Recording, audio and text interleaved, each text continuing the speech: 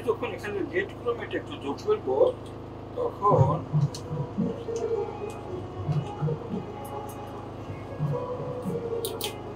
Colour চলে তার মানে এটা ভেজাল দুধ আমাদের পরীক্ষা করার জন্য এটা উপযুক্ত একটা পদ্ধতি। যারা ভেজাল করে তারা যেন সতর্ক হন। যারা খাদ্যে ভেজাল করে এটা তাৎক্ষণিকভাবে অনেকগুলো খাবারের তাৎক্ষণিকভাবে তারা গবেষণাগারে প্রমাণ করে বের করতে পারবে যে কী ভেজাল আছে আর কী ভেজাল নেই। অ্যাওয়ারনেসও বিল্ড আপ হবে। মানুষ যখন জানবে এবং ভেজালকারীরা জানবে যে এরকম ভ্রাম্যমান একটি গবেষণাগার রয়েছে এবং এটি ঘুরছে, বিভিন্ন জেলায় জেলায় ঘুরছে, নিশ্চয়ই তারা সতর্ক হবে। নিরাপদ খাদ্য কর্তৃপক্ষ, ভোক্তা অধিকার, আমাদের কর্মকর্তারা যারা ম্যাজিস্ট্রেটরা ওনারাও থাকবেন, তাৎক্ষণিক ব্যবস্থা নেবেন তারা।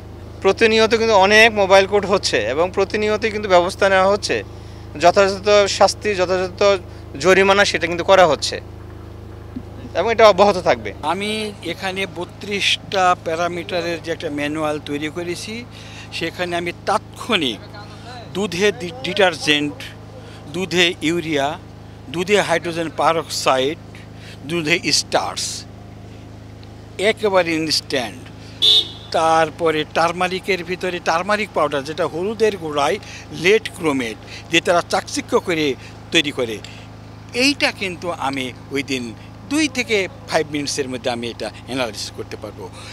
আপনারা তো দেখলেন পটাশিয়াম ব্রোমেট ইন ব্রেড তৎক্ষণাৎ আমি পরীক্ষা করতে পারবো, ঘিয়ের মধ্যে বনস্পতি তৎক্ষণাৎ পরীক্ষা করতে পারবো, মরিচের গুঁড়ায় ইটের গুঁড়া মিশ্রিত তাৎক্ষণিক পরীক্ষা করা যাবে, গোলমরিচের গুঁড়ায় পেঁপের বীজ তাৎক্ষণিক পরীক্ষা করা যাবে। 5 মিনিটের মধ্যে হলেও সেটাকে তাৎক্ষণিকই বলা যায়, 5-10 মিনিটের মধ্যে হলেও।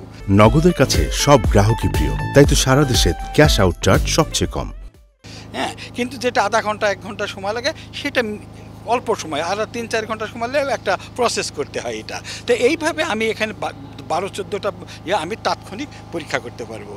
যে মোবাইল ল্যাবরেটরি ভ্যানটা একটা বিভাগের জন্য আপাতত করা হয়েছে, কিন্তু আমাদের এটাই কিন্তু আমাদের চূড়ান্ত নয়, কারণ আমরা রংপুর বিভাগে কিন্তু একটা অত্যাধুনিক মানের একটা ল্যাব তৈরি করব এবং জাইকার সহায়তায় সেটা কিন্তু তৈরি হবে। ইতিমধ্যেই আমরা স্থান নির্বাচন করেছি এবং সেই প্রজেক্টের কাজ শুরু হবে। আশা করি 2029 সালের মধ্যে অত্যাধুনিক ল্যাব রংপুরে একটা থাকবে।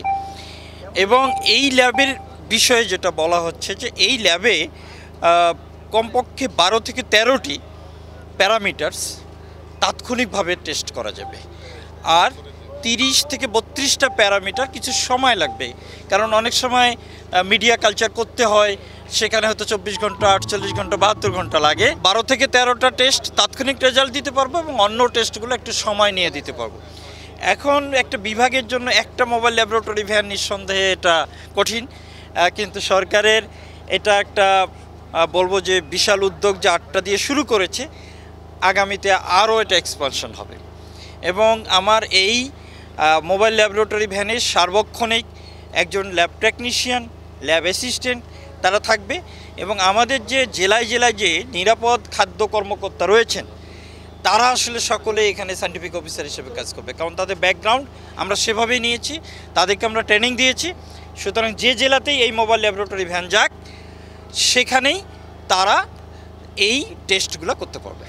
ক্রোমেটটা দিলাম, ওই হলুদের সলিউশনের মধ্যে এই কালারটা আসলো, তার মানে প্রমাণ করে দেখানো হলো যে হলুদের মধ্যে রেড ক্রোমেট যদি থাকে এই কালারটা দিবে, এই কালারটাই দিবে। আর যদি না থাকে নর্মাল, তখন দেখালাম ওই কালারটা দিবে। আচ্ছা, এই